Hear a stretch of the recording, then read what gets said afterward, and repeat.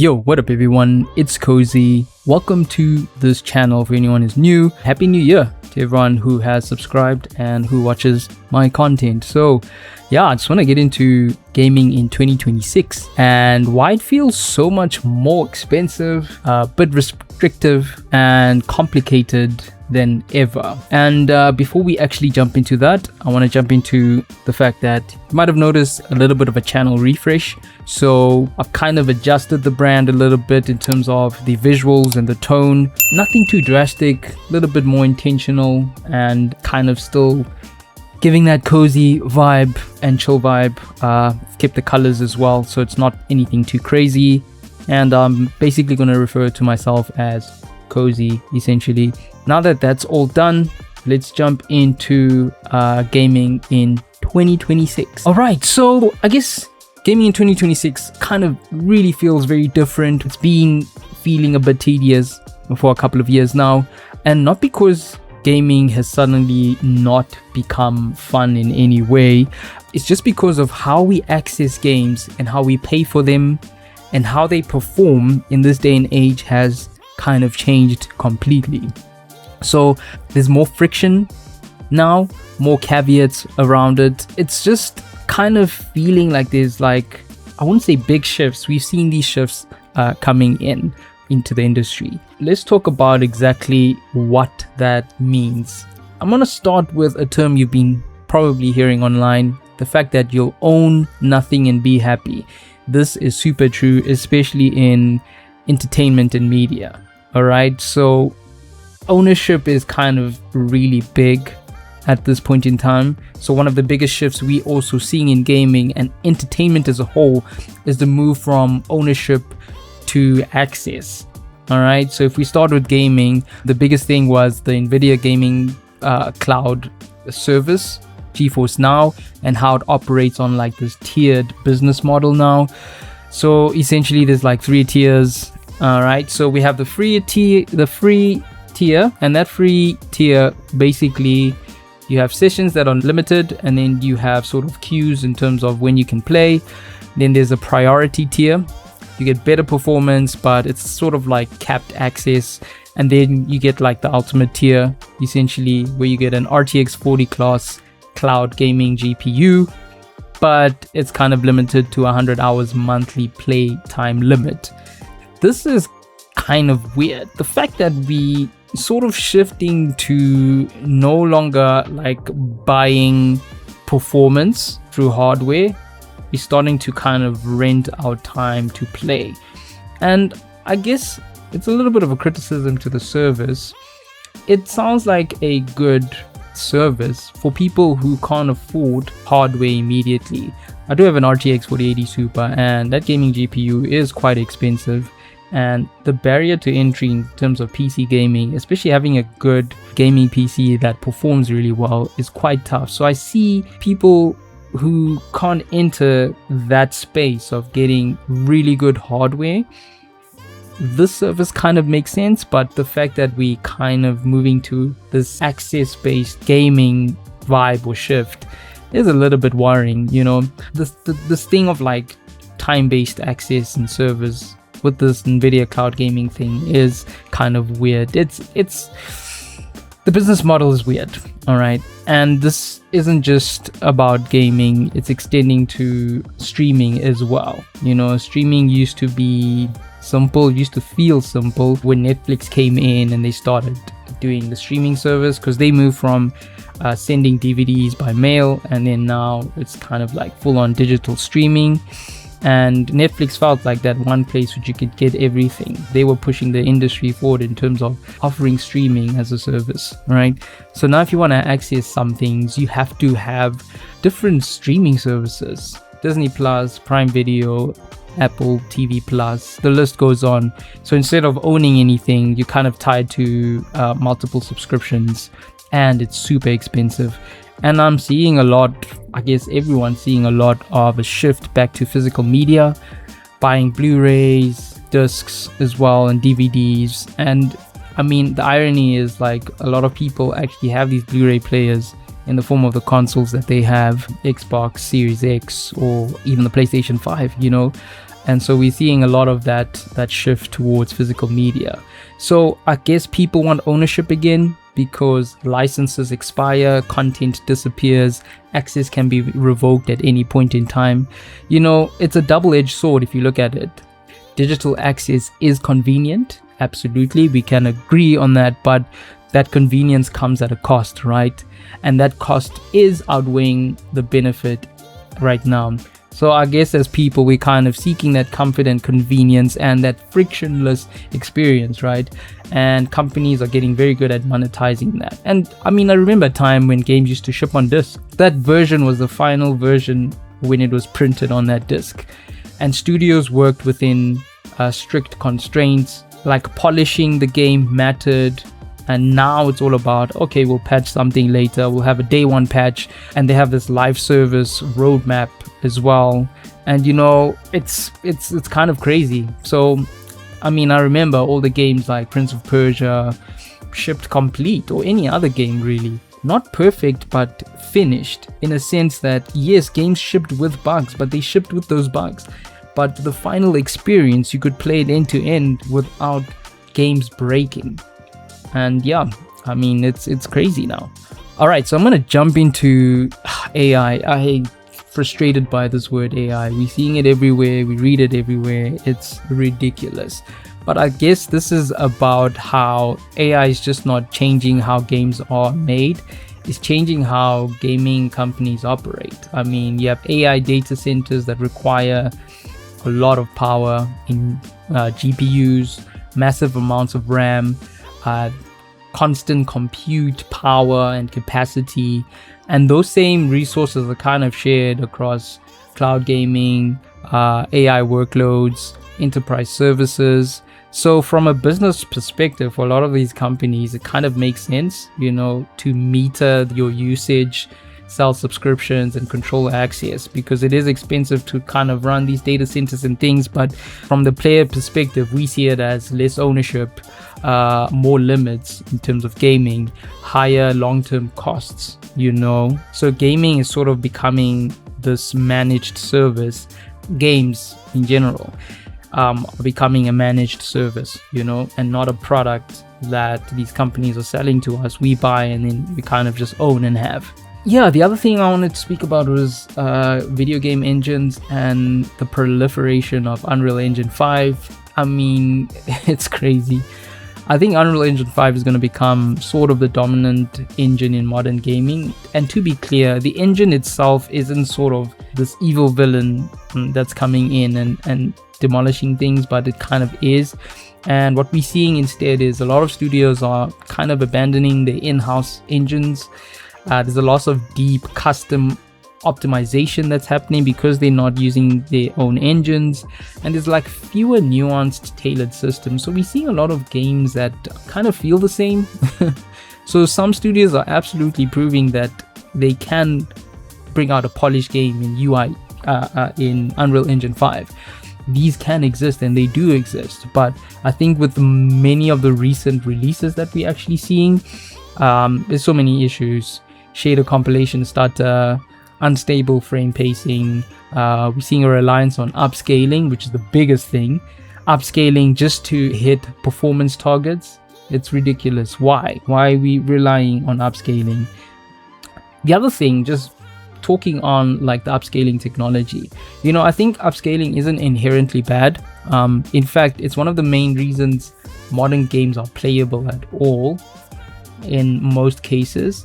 And I think NVIDIA DLSS is sort of in front of this epic journey of like upscalers. DLSS 4.5 is showing a lot of promise. It's getting really good in terms of image stability, reconstruction quality, as well as like just the consistency of the image that's being presented to us as we playing the game. I haven't personally tried DLSS 4.5 yet, but it clearly looks like there is a technical breakthrough in terms of showing real improvements in image quality as well as performance. That said, I think there are a few features that are locked primarily to the RTX 50 series cards. which I think is multi-frame generation beyond ×2 multiplier, if I'm not mistaken. I mean, upscaling is good, but it shouldn't be a replacement for real performance. And I think touching on that, the point I mentioned before about in-house engines, most of the time the in-house engines are showing more great performance in image quality. Horizon Forbidden West, The Last of Us, Naughty Dog, and how they produce their games, they have their own internal in-house engines that they use, and the games that they release are just immaculate visual quality. Think of Uncharted 4, came out on the PS4. Honestly, I think the PlayStation 4 era is where gaming graphics have peaked. I don't think you can go beyond that. The fact that Uncharted 4 looks as great as it looks, even till now, it's still one of the best looking games and performs well on a PlayStation 4, is spectacular. So I'd blame the studios really, but also I'd not really blame the people building the games, but yet the companies who are pushing to build games faster and putting too much pressure, essentially making games that come out look quite terrible and perform terribly. The other thing I wanted to touch on as well is hardware pressure and RAM pricing at the moment. I don't know where this came from, the RAM pricing. So I guess PC gaming economics are kind of shifting again, not just the PC space, also console. With this AI driven demand that we're seeing, it's putting a lot of pressure on RAM supply. Yeah, it's kind of affecting everyone in terms of upgrading or the next generation of consoles that might come out, the PS6, whatever Xbox is going to be building. They've kind of they've quit the console war. There is no console war anymore. I still think PC gaming still offers sort of like long-term value, but that rising cost in the RAM is kind of crazy, and it's starting to kind of erode that advantage that PC gaming has. But still, gaming itself is kind of getting really expensive. The next thing I want to speak about is PC versus console versus a new contender, which is the Steam Machine, announced last year.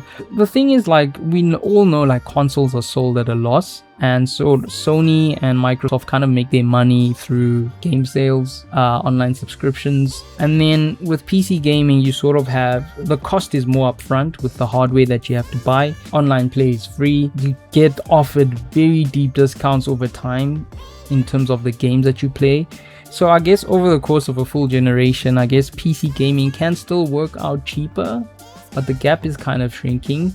I think the future, when the Steam Machine does drop, kind of offers this really cool middle ground, because it can be used as a computer, it can be used as a console that can sit in as part of your home theater or your lounge experience. Yeah, it's providing, it looks like it's going to provide strong value, but the increase in RAM pricing might affect production and how expensive it will be, which is the concern that I'm seeing across all the articles and videos I've been watching. Yeah, hopefully the pricing model isn't too crazy, but it does offer really cool simplicity when it comes to it. There won't be subscription fees. It offers you that console experience. Yeah, I guess my biased opinion is PC gaming wins over time. It's kind of a little bit of an obvious choice, but not really. I think a lot of people like the console experience, and the Steam Machine is definitely going to offer that sweet middle ground. The other thing I want to touch on is sort of like habits and how it's sort of changing the older you get. So I guess my habits are changing a little bit more, and I'm seeing that comfort matters more, convenience matters more, and just a frictionless experience in terms of gaming matters more. I'm playing more with a controller, even on my PC with a PS5 controller. There's actually a PS5 accessories app that you can download on PC, and that allows you to actually upgrade the software on your controller. If you did not know that, it's really cool. The fact that there is some support in terms of PC. There is haptic feedback in games like Cyberpunk, which is one of the games I'm playing now. Absolutely love that game. It's really good. Not when it launched though, but yeah, it's much better now. So yeah, I'm kind of actively trying to see if I can explore a PC lounge TV setup, but I think I just want to test it out and see how that goes. The other thing I do want to speak about, a lot of people are excited for GTA 6. I kind of am. To be honest with you, I kind of didn't enjoy GTA 5 as most people did. I think I was kind of late to playing GTA 5 because I didn't get it or got a chance to play it when it launched, and I think I got tired of the formula. The last GTA game I really enjoyed was GTA 4. Like, I really enjoyed it. When I played GTA 5, and I only like finished it last year because I wanted to play through it in preparation for GTA 6, is the fact that yeah, I just got tired of the formula. Like, the characters and the story was cool, and I think, my personal opinion, I think Rockstar should look at working on different projects. They're very good at open world. So if they can create something truly different, my honest opinion would be GTA 6 should be their last GTA that has a story. So I think logically the best transition that they should probably do with the GTA franchise is to continue GTA Online, and that's what GTA should become. I think in future they should move GTA into a new realm of GTA Online, and then basically work on new projects. That's what I'd like Rockstar Games to look at doing. They have the amount of money to be able to experiment and release new projects at this point. I mean, GTA is just a money printing machine. The last thing I want to touch on is I'm actually considering getting a PS5 Pro. I do own the original base PS5. I've been trying to do my research to see if it is worth it. I do own a high-end PC, but I'm trying to explore and see if I should get one, particularly for experiences like Saros, which will be coming out, and Saros Wolverine's looking really good. I want to play it at the best quality, and that's it. I still want to play GTA 6 at its best graphical and performance that it can be at this point in time until it releases on PC. Then I'm jumping back into PC. Okay, there's a debate about 60 FPS, but Digital Foundry has come out a long time ago and said because of the CPU, we probably might not hit 60 FPS even on a PS5 Pro in GTA 6. The reason why I have a PS5 when I bought it during COVID was that I wanted to play exclusives. That's the only reason, but we're seeing many of those exclusives come to PC. But anyway, I think for 2026, I guess just be intentional, about your gaming experience and your hobby. Gaming is still an incredible hobby, but I think you need to be intentional about what you buy, what you choose to rent, and what you choose to subscribe to, because the industry is changing and I'm kind of still here for it and enjoy it, but I'm watching very closely and I'm looking forward to gaming in 2026. Stay tuned for some gaming videos that should be coming up. I want to really focus on VR because VR is incredible, especially on the Meta Quest 3 through PC VR.